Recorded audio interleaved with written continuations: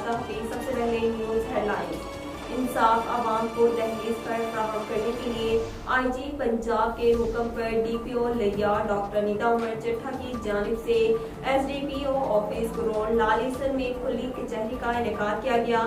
D P او لیا اور assistant commissioner ground Wajiha summary نے کھلی کچہری میں عوام الناس کے مسائل سنے اور ان کے بروقت حل کے لیے متعلقہ افسران کو ہدایت جاری کی۔ عوام الناس کو انصاف کی بروقت اور میرٹ پر فراہمی کی یقینی بنانے کے لیے S D P O office ground لالیسن میں ڈی پی او لیا ڈاکٹر نیتا عمر چٹھا کی جانب سے کھلی کچہری کا انعقاد کیا گیا۔ کھلی کچہری میں سائلین نے ڈی پی او لیا کو پولیس سے متعلقہ مسائل پر مبنی درخواستیں پیش کی، جن پر ڈی پی او لیا ڈاکٹر نیتا عمر چٹھا نے فوری ایکشن لیتے ہوئے متعلقہ افسران کو مسائل فوری حل کرنے کی ہدایت کی۔ اس موقع پر ڈی پی او لیا نے خطاب کرتے ہوئے کہا کہ آئی جی پنجاب کی جانب سے عوام الناس کو انصاف کی میرٹ پر فراہمی کے لیے ضلع بھر کے تمام تھانہ جات میں کھلی کچہری کا انعقاد کیا جا رہا ہے۔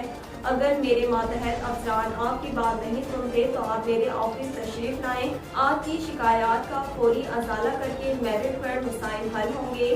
ڈی پی او لیا نے مزید کہا، اگر میرے ماتحت افسران آپ سے رشوت طلب کریں تو اس کی شکایت فوری مجھے دیں۔ اس موقع پر کھلی کچہری میں ڈی ایس پی کروڑ اشرف تبسم، ایس ایچ او کروڑ عابد حسین اور معززین علاقے نے کثیر تعداد میں شرکت کی۔ شہر قائد میں مارکیٹوں میں رش بڑھتے ہی خواتین چور سرگرم ہو گئی ہیں۔